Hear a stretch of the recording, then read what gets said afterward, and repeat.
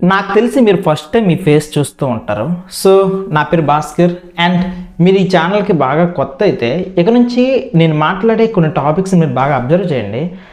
In case నా యొక్క thought ప్రాసెస్తో మీ యొక్క ఆలోచన కూడా సింక్ అయితే నా ఛానల్ ఫాలో అవ్వండి. అండ్ నేను ఏవైతే ఎక్స్ప్రెస్ చేస్తున్నానో ఆ ఒపీనియన్స్ మీరు కూడాను కలిసి షేర్ చేసుకుందాం. మీకు ఏమైనా సమస్యలు ఉంటే ఏదైనా టాపిక్ పైన మాట్లాడాలని అనుకుంటే కింద డిస్క్రిప్షన్లో అండ్ కామెంట్ సెక్షన్లో మీరు అడగండి, డెఫినెట్లీ రియాక్షన్ ఉంటుంది. సో ఈరోజు నేను మాట్లాడబోయే టాపిక్ సింపుల్గా చెప్తా, కారణం లేని దిగుళ్ళు. చాలామంది ఎందుకు బాధపడుతున్నారో సరిగ్గా కారణం కూడా తెలియదు, కానీ పెయిన్ ఫీల్ అవుతూ ఉంటాడు. సో ఈ టాపిక్ నీకు అవసరమా లేదా అనుకుని అంటే గుండె మీద చేసుకొని చెప్పు. పుట్టిన ప్రతి ఒక్కడు కూడా ఏడుస్తాడు. అమ్మ కడుపు నుండి వచ్చిన మరుక్షణం నుండి ఏడుపు స్టార్ట్ అవుతుంది, ఏడుపుతోనే ప్రాణం స్టార్ట్ అవుతుంది. ఇది కామన్. కానీ వన్స్ చిన్నతనం పోయిన తర్వాత మనకు ఊహ తెలిసిన తర్వాత కన్నీళ్ళు రావాలా లేదా, ముఖం పైన చిరునవ్వు తొలగిపోవాలా లేదా అనేది మన చేతుల్లో ఉంటుంది. ఇన్ కేస్ మన యాటిట్యూడ్ కానీ స్ట్రాంగ్గా ఉంటే మన ముఖం మీద చిరునవ్వు అనేది ఆల్వేస్ ఫర్ ఎవర్గా ఉంటుంది. ఇన్ కేస్ మన యాటిట్యూడ్లో ఏమాత్రం ప్రాబ్లం ఉన్నా సరే పెయిన్స్ వచ్చేస్తాయి.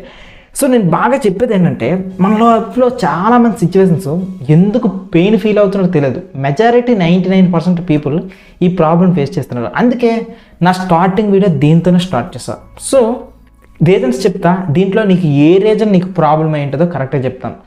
నెంబర్ 1 థింగ్, ఒక చిన్న పెట్ట కథ చెప్తా. దీంట్లో నిజంగా పెట్ట ఉంది.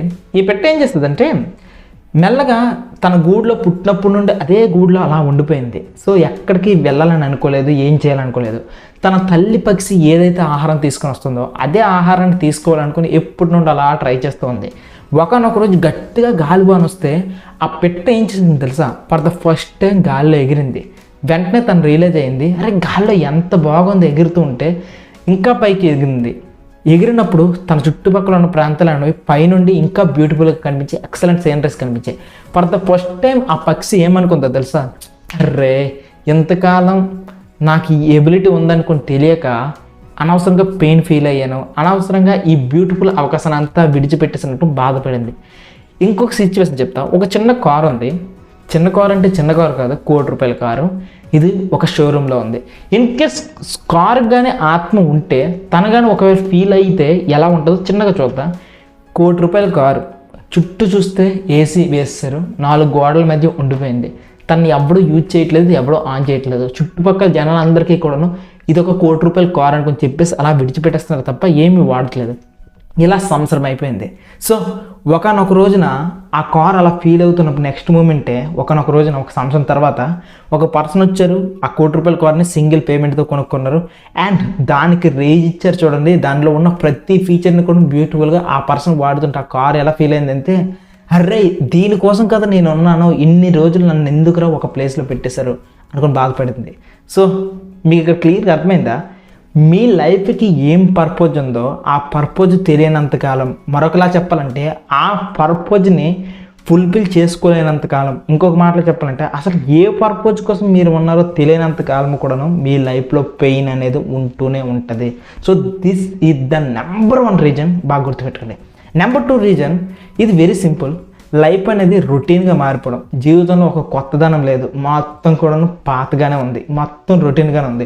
ఒక జీవితంలో ఆహా అనే మూమెంట్ లేనప్పుడు వాడి జీవితం నిస్సారం అయిపోద్ది, నిర్లిప్తంగా ఉండిపోద్ది. జీవితంలో ఒక కొత్త మూమెంట్ లేకపోవడం వల్ల ప్రతిరోజు ఒకేలాగా ఉంటుంది. సో వాడి ముఖమంతా ఎలా ఉంటుంది తెలుసా, నవ్వు ఉండదు, అలా అనుకుని బాధ ఉండదు, ఇలాగ ఉంటాడు, అంతే ఇలా ఉంటాడు. So this is the second reason. And number 3 reason, guilt, regret. మనం చేస్తున్న పనిపైన మనకే మిక్స్డ్ ఒపీనియన్స్ ఉంటే చాలాసార్లు బాధ అనిపిస్తూ ఉంటుంది. ఇది ఎక్కువ ఎవరి జీవితంలో ఉంటుంది తెలుసా, ఒకప్పుడు గవర్నమెంట్ ఆఫీసర్స్ ఎక్కువగా కరప్షన్ తీసుకునే వాళ్ళు, ఎక్కువగా లంచాలు తీసుకునే వాళ్ళు అనుకుని పేరు. సో ఒకనొక పర్సన్ తన యొక్క లైఫ్లో జరిగిన సిచ్యువేషన్ చెప్తా చూడండి. తను ఏంటంటే రోజు ముసలి వాళ్ళ దగ్గర పింఛన్ కావాలంటే నాకు లంచం కట్టాల్సిందే ₹100 అనుకుని గట్టిగా అడిగేవాడు. రాత్రి ఇంటికి వెళ్ళి పడుకునేటప్పుడు తనకి ఎలా కనిపిస్తుంది తెలుసా, అరే ఇలాంటి ముసలి వాళ్ళ దగ్గర అనవసరంగా వాళ్ళ రక్తాన్ని పిండి నేను డబ్బులు తీసుకుంటున్నాను అనుకో తను బాధ పెట్టుకుంటున్నాడు. చూసారా మీరు ఇక్కడ, తను లంచం తీసుకున్నప్పటికీ హ్యాపీగా ఉండట్లేదు, అలా అనుకుని లంచం తీసుకోకుండా ఉన్నప్పటికీ కూడాను బాధగా ఉంటున్నాడు. దీన్నే ద్వైధీయ భావం అంటారు. దీన్నే మన మాటలో చెప్పాలంటే గిల్ట్, దీన్నే మన మాటల్లో చెప్పాలంటే రిగ్రెట్ అంటారు. సో ఇన్ కేస్ నీ లైఫ్లో నువ్వు ఏది చేసుకో, ఆఖరికి మాస్టర్ పొజిషన్ చేసుకున్నా నీదే చాయిస్, కానీ రిగ్రెట్ అవుతున్నావా నీ పెయిన్లోనే ఉంటావు. So this is the important thing. And ఇప్పుడు రోజుల్లో చాలామంది బాధపడుతుంది, ఎందుకు ముఖంలో బాధ ఉందో తెలియదు, కానీ నెంబర్ 1 రీజన్ అని చెప్పడానికి ఇంకొకటి ఏంటో తెలుసా? Digital comparison. మనం రీల్స్ పట్టుకొని చెక్ చేస్తూ వెళ్తూ ఉంటే చాలామంది చాలా రకాల ఐటమ్స్ వేసుకుంటూ వస్తారు. మనకంటే బెటర్గా ఉంటారు, మనకంటే డిఫరెంట్వన్నీ చేస్తుంటారు. మనకంటే బెటర్ అనుకుని ఎప్పుడు అన్నామో ఆ నెక్స్ట్ మూమెంటే నా దగ్గర ఇది లేదు అని అంటాం.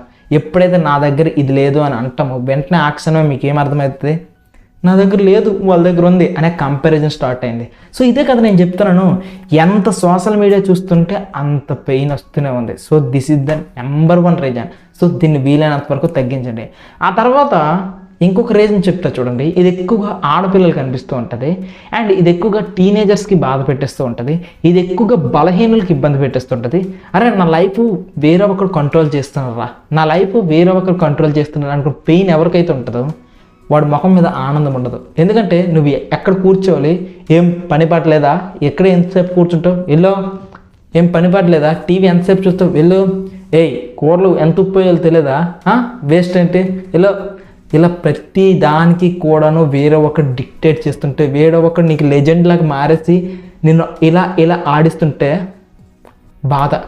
బతుకుతూ ఉంటాం కానీ జీవితంలో ఆనందం ఉండదు, బతుకుతూ ఉంటాం కానీ జీవితంలో ఆ హ్యాపీనెస్ ఉండదు. ఒకరి కాలు కింద తొక్కులాగా బతుకుతున్నాడు అనుకుని బాధపడుతూ ఉంటారు. So this is the another reason.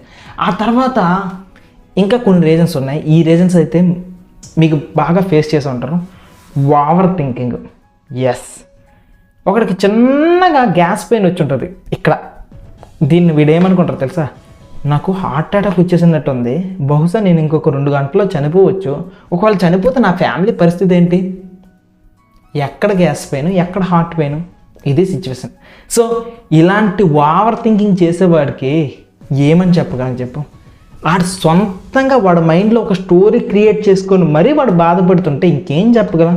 నిన్ను ఎవడన్నా అప్లోడ్ ఇబ్బంది పెట్టాడా, నిన్ను ప్రేమించిన అమ్మాయి మోసం చేసిందా, లేకపోతే నీ మీదకి పాకిస్తాన్లో మిసైల్ చేస్తారా?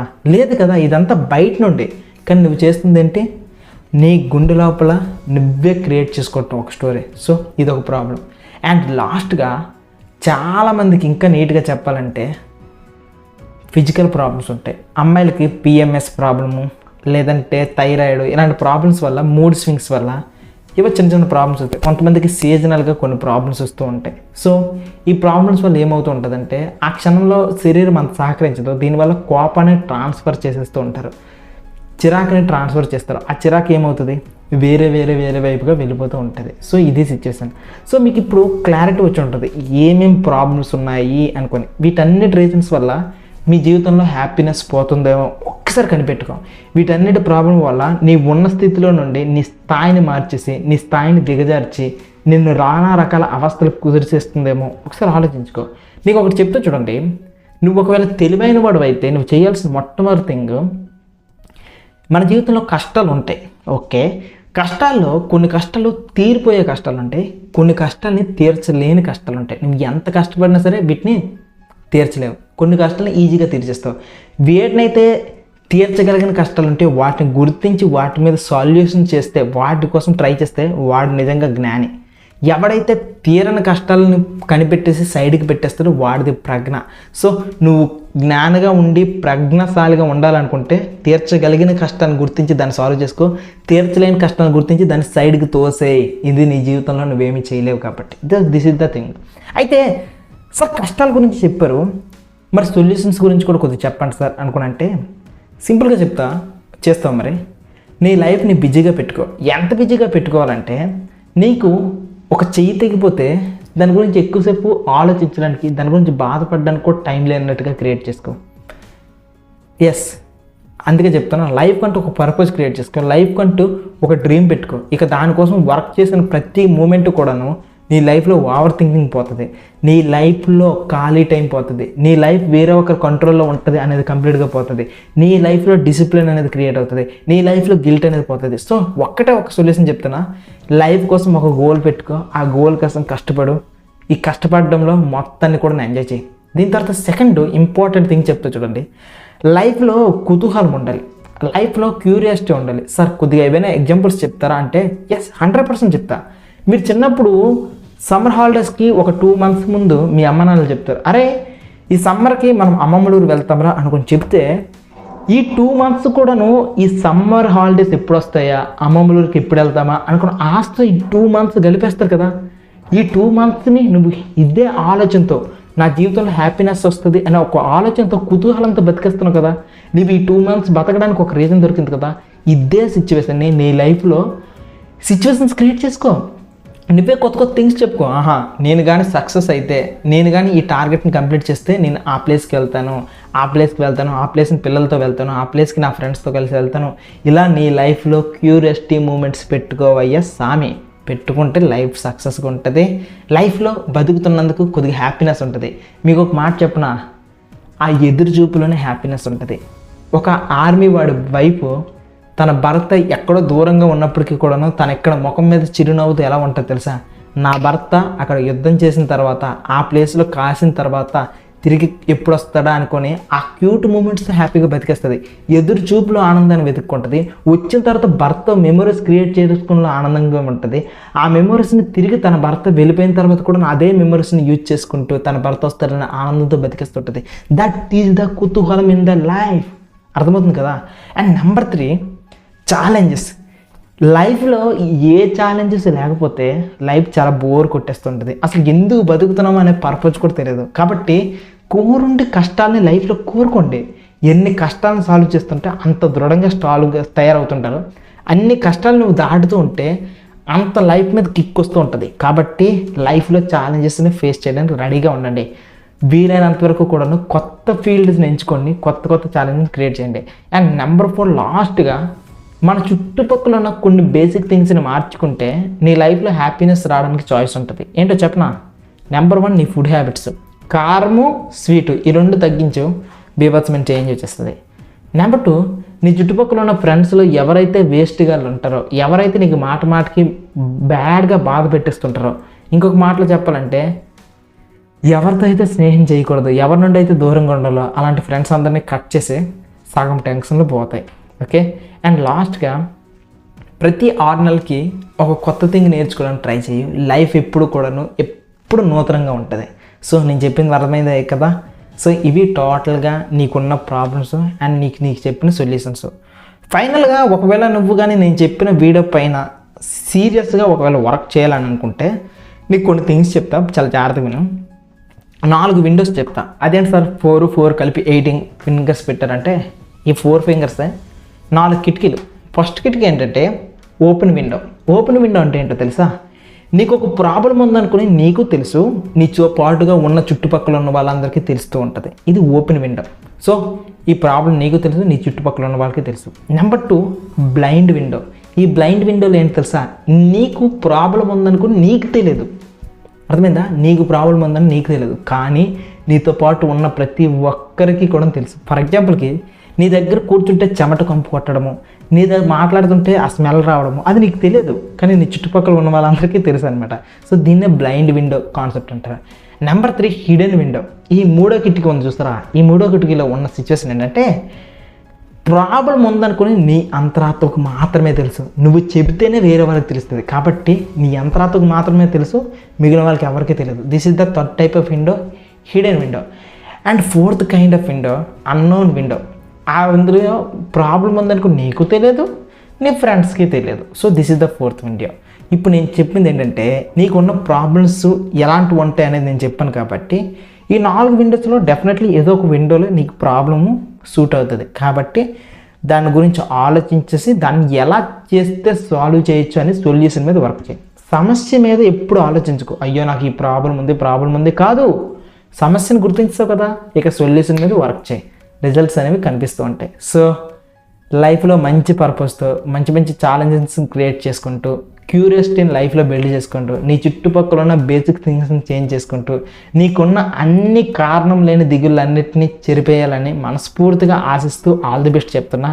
ఇన్ కేస్ నేను చెప్పిన వాల్యుబుల్ ఇన్ఫర్మేషన్ అంతా కూడా నీ లైఫ్లో ఏమాత్రం ఇంపాక్ట్ క్రియేట్ చేసినా సరే ఒక చిన్న కామెంట్ చేయి, నేను చాలా హ్యాపీగా ఫీల్ అవుతా.